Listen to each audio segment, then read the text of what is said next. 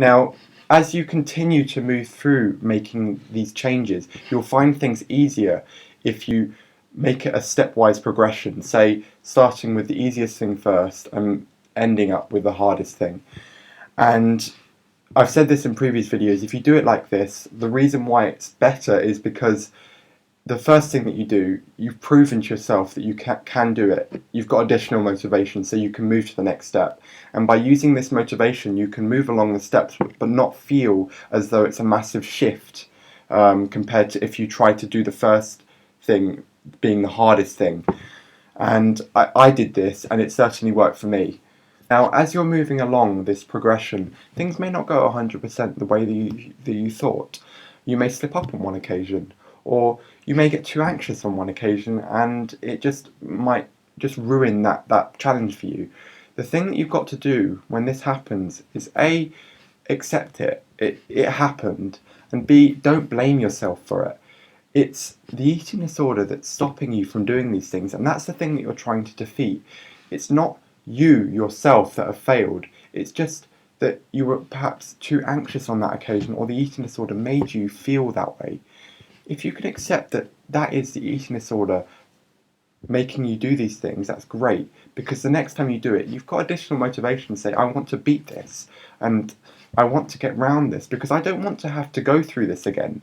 However, as I've just said, if you just kind of accept it and say, oh, it's fine, it doesn't matter, the next time that you try and do that, you'll just say, oh, but, you know, I didn't do it last time, perhaps I just won't do it again this time, and you'll just go back along all the steps to the beginning, and that's not, you just don't want to be there. Now, once you reach the top and you've done the challenge that you found most daunting, that's brilliant, you've got to the end. Now you've got to try and maintain things, or perhaps try new challenges, venture out into things that, venture out into different parts of the eating disorder that you want to battle. That's great.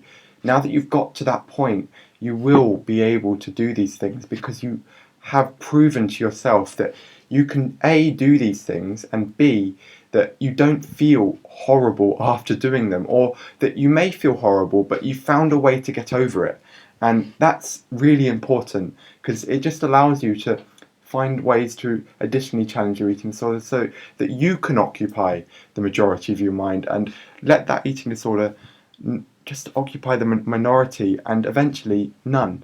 And that's where you want to be. Now, it's all well and good trying to venture out into these different parts, but you've got to stay focused and not let the things that you've already conquered slip back. And that's, it's really important because I know that things can slip up very easily. Say you've had a bad day or something didn't go quite to plan at work or at school. You've just got to stay focused and realise what you've achieved so far.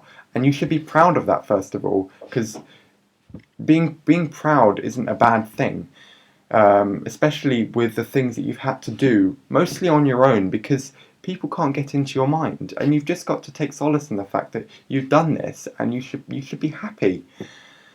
So yeah, don't let things slip back. That's really the worst thing that can happen. And if you do notice that things are slipping back, then first of all, let someone know. Especially if you've been doing this with someone else, let that person know that you are beginning to slip back a bit. But also admit it to yourself and try and just conquer it while it's still fresh in your mind and there, because you'll find it easiest to conquer at that point rather than if you let it go for a few days. So, those are the tips that I have followed, and it's worked pretty well for me.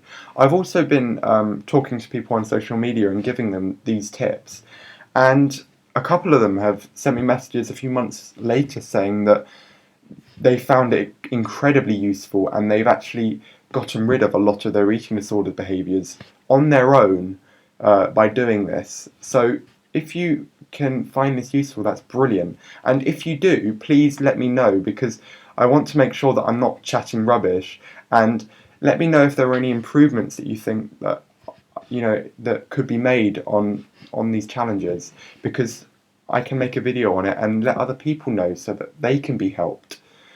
So if you've got any questions about this, please let me know, and I hope that you found this useful. For now, thanks for watching.